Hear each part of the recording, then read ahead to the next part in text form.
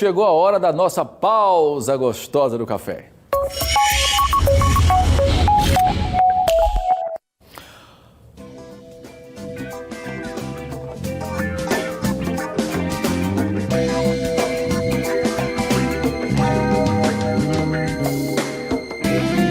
Muito bem, 7h53. Olha, gente, o assunto de hoje é a demência, um mal que causa a perda principalmente da função cerebral. Mas muita gente não sabe, mas existem aí vários tipos de demência e quem vai explicar pra gente, sobre essa doença é o doutor Alexandre Brito, que é geriatra e clínico geral. Doutor Alexandre, muito bom dia, prazer conhecê-lo, bem-vindo. Bom dia, o prazer é meu estar aqui com você, Tiago, e poder de alguma forma ser útil, levar informações a respeito desse tema tão importante, para o seu público. É verdade. Doutor Alexandre, como é que a gente pode começar a identificar que algo não está bem e que isso pode ser o início, de fato, de uma demência? Bom, como você já apresentou, existem vários tipos de demência. No idoso, as demências mais frequentes, mais importantes, primeiramente o Alzheimer, que é muito falado, e em segundo lugar estão as demências vasculares. E em terceiro lugar, as demências mistas, onde há uma associação do quadro de Alzheimer e do quadro da demência vascular. Bom, é preciso fazer uma distinção que nem sempre é fácil, de qual o sintoma que é correspondente ao processo harmonioso do envelhecimento e qual ou quais os sintomas que podem levar à suspensão de um quadro demencial. A família pode começar a desconfiar a partir do principal sintoma da demência, que é a perda de memória. Essa perda é progressiva, ela vai piorando e isso é uma dica importante. Não são lapsos de memória, não são dificuldades recuperáveis de se lembrar de alguma coisa do dia a dia. Isso qualquer pessoa, independente da idade, pode apresentar. Mas há uma progressão em relação à gravidade, uma dificuldade progressiva com o passar do tempo de memorização, principalmente a memorização de situações que aconteceram a curto prazo, a gente chama de memória imediata. Entretanto, aquelas memórias antigas, vivências antigas são facilmente memorizadas. Era exatamente isso que eu te perguntar, doutor Alexandre. Eu percebo que existem casos que as pessoas acabam esquecendo fatos que ocorreram minutos atrás, e aí se repetem em perguntas, fazendo as mesmas perguntas. Isso. Mas quando vai se remeter a alguma coisa do passado, são tão detalhistas, que é de impressionar. E isso acaba se tornando uma rotina, É exatamente dessa forma que começa a ter essa percepção melhor, é isso? Na grande maioria das vezes é isso que acontece. É uma característica marcante. Uma observação aqui em paralelo é que as demências de origem vascular, elas têm uma incidência muito grande, muito maior do que se pensa, porque ela está associada a doenças clínicas que ao longo da vida o paciente vai convivendo com elas. Alterações cardiovasculares, o diabetes, uma hipertensão mal controlada. Então a gente precisa também dar uma atenção especial à diferenciação da demência. Não muda muito hoje o tratamento farmacológico para essas demências, mas muda a maneira da família lidar, da aceitação emocional em conviver com essas situações, muda também a forma de nós orientarmos esses pacientes e de dar uma atenção a essas doenças orgânicas que o paciente vem convivendo ao longo do tempo para melhor controlar. Mas na maioria das vezes a apresentação sintomática é essa que você falou. Começa a ter uma dificuldade de trazer à tona as lembranças que são aquelas lembranças imediatas, de ocorrências imediatas. É um filme, uma novela que assistiu, um noticiário que viu e daqui a poucos minutos não consegue verbalizar o que viu. Esse é um exemplo importante. Mudanças de comportamento também, o temperamento também, existem relatos disso, Infelizmente, no caso do Alzheimer, ainda é a demência mais frequente, e isso chega a ser, vamos dizer assim, um pouco traumatizante até para a família. Porque na literatura nós costumamos afirmar que há uma despersonalização por parte do paciente. É como se o paciente passasse a ser outra pessoa, Isso mexe emocionalmente com os familiares, porque aquela pessoa passa a não estar mais ali.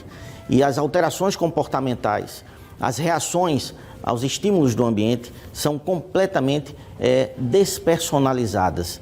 E isso acontece em fases mais avançadas da demência. A família é importante estar preparada, sobretudo munidas de informações sobre a própria situação, para não cometer erros básicos como o possível tratamento disso tudo, né? Agora, esse é o tipo de... O senhor falou no Alzheimer, que é, infelizmente, a doença que mais atinge, né? A demência é que mais aparece. Tem algo ligado à idade especificamente, ou isso também tende a aparecer em indivíduos mais jovens? Tem uma relação muito forte com a idade, sim, né? As demências ocorrem muito frequentemente, vamos dizer, a partir dos 60 anos. Né? Existe uma variante da demência de Alzheimer, vamos dizer assim, que pode ocorrer no decênio dos 50 anos, mas aí é um caso de uma participação genética muito forte, onde é marcante a frequência dessa demência nos familiares. A participação genética chega a ser um destaque para o diagnóstico. Então a gente percebe que ali se trata de uma possível variante do Alzheimer. São muitos participantes da família que apresentam e aí apresentam mais cedo, vamos dizer assim. Mas a partir de 60 anos a incidência aumenta e com o passar da idade essa frequência estatística aumenta muito. O fato de ter uma pessoa na família com Alzheimer, isso aumenta a possibilidade, a chance de no futuro também outros integrantes da família terem também o Alzheimer? Sim, essa probabilidade existe, mas tirando essa variante que nós acabamos de mencionar aqui, isso não é tão frequente, não é tão importante. Essa pergunta sua é muito importante porque no consultório frequentemente a gente vê a preocupação de filhos e filhas jovens, né, de pacientes com Alzheimer, já com medo, né, e apresentando algum lapso de memória que pode estar relacionado a transtornos de ansiedade, o estresse do dia a dia, excesso de responsabilidade, cansaço, né? Noites mal dormidas, excesso de responsabilidades. Então, essas falhas de memória recuperáveis ao longo do dia, ou seja, esquece, mas relembra, né, com algum estímulo que acontece, relembra, vem à tona. Isso não acontece na demência. E existe uma relação com a idade, sim. E pelo fato de ter familiares ou familiar com demência, há um aumento da probabilidade. Mas isso não é tão importante assim, do ponto de vista estatístico. Agora, doutor Alexandre, ok, temos o diagnóstico. E agora? E o tratamento? Né? Porque cura ainda não foi encontrada. Sim. Né? Esse tratamento passa por onde? É preciso ter uma banca de especialistas multidisciplinar envolvido nesse tratamento, psicólogos, psiquiatras, geriatras. Como é que se faz isso daqui para frente? Exatamente. O melhor tratamento para qualquer tipo de demência ele é interdisciplinar, mas guiado, conduzido, vamos dizer assim, liderado pelo geriatra. Tá? Existem algumas particularidades em que a gente precisa encaminhar, sim, para o colega especialista, exemplo do neurologista ou do neuropsiquiatra, mas essencialmente é uma patologia de condução do geriatra, né? E é importante a interdisciplinaridade.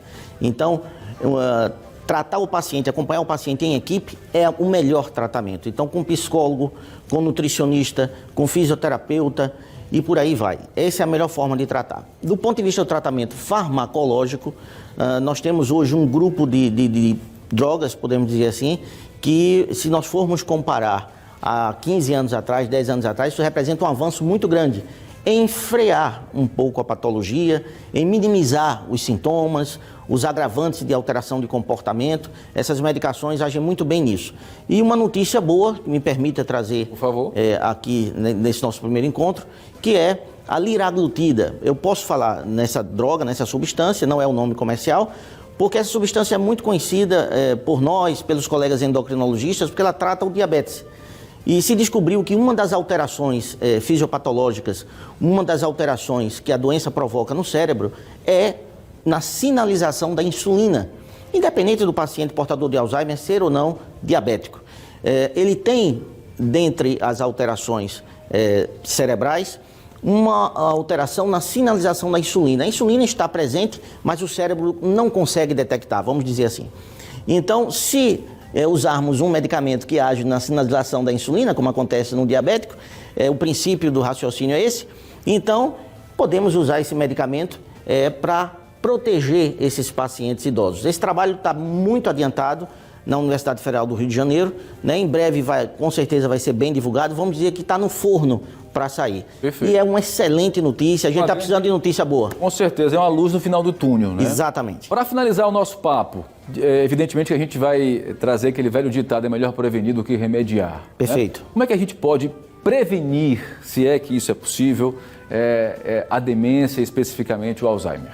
Bom, vamos falar em proteção contra o Alzheimer, né? Porque uma profilaxia direta, objetiva, nós infelizmente não temos ainda. O Alzheimer e as demências muitas vezes nos pegam a família de surpresa. Mas é o de sempre. Atividade física, alimentação balanceada, evitar estresse, ter qualidade de vida, começar a trabalhar desde a juventude o equilíbrio emocional, a inteligência emocional, manter-se ativo, portanto, do ponto de vista físico e intelectual, né? Infelizmente, no nosso país, a educação ainda carece de consistência, de abrangência, de acessibilidade. E a formação educacional, quanto maior a formação educacional, se detectou que mais protegido se está contra as demências. Mas nunca é tarde. Aprender uma língua já foi comprovado que protege o cérebro, né? Você aprender, além do seu português, aprender outra língua também é importante. Aprender, manter-se intelectualmente ativo e aprender. E não posso deixar de falar, né? Nós estamos numa situação em que o isolamento social é um fator complicador, agravante do processo demencial, porque se sabe que o idoso se mantendo em sociedade, em comunicação, no convívio coletivo, isso também protege. Isso pode ser feito mantendo o idoso conectado, já que não podemos ter uma presença física nesse momento. Pois é preciso ter estímulo a esse idoso, exatamente, né, para que ele possa estar sempre em atividade, não é isso? Doutor Alexandre, olha, mais uma vez, quero lhe agradecer imensamente a sua participação aqui. Tomara que seja a primeira de várias. Sim, estou à disposição. Mais vezes para falar sobre esse assunto tão importante, esse e outros assuntos tão importantes sobre saúde, sobretudo na saúde na boa idade, né? Isso. Na melhor idade, digamos assim. Muito obrigado, viu? Eu que agradeço. Um prazer, um abraço a todos. Um abraço, doutor Alexandre, aqui conosco.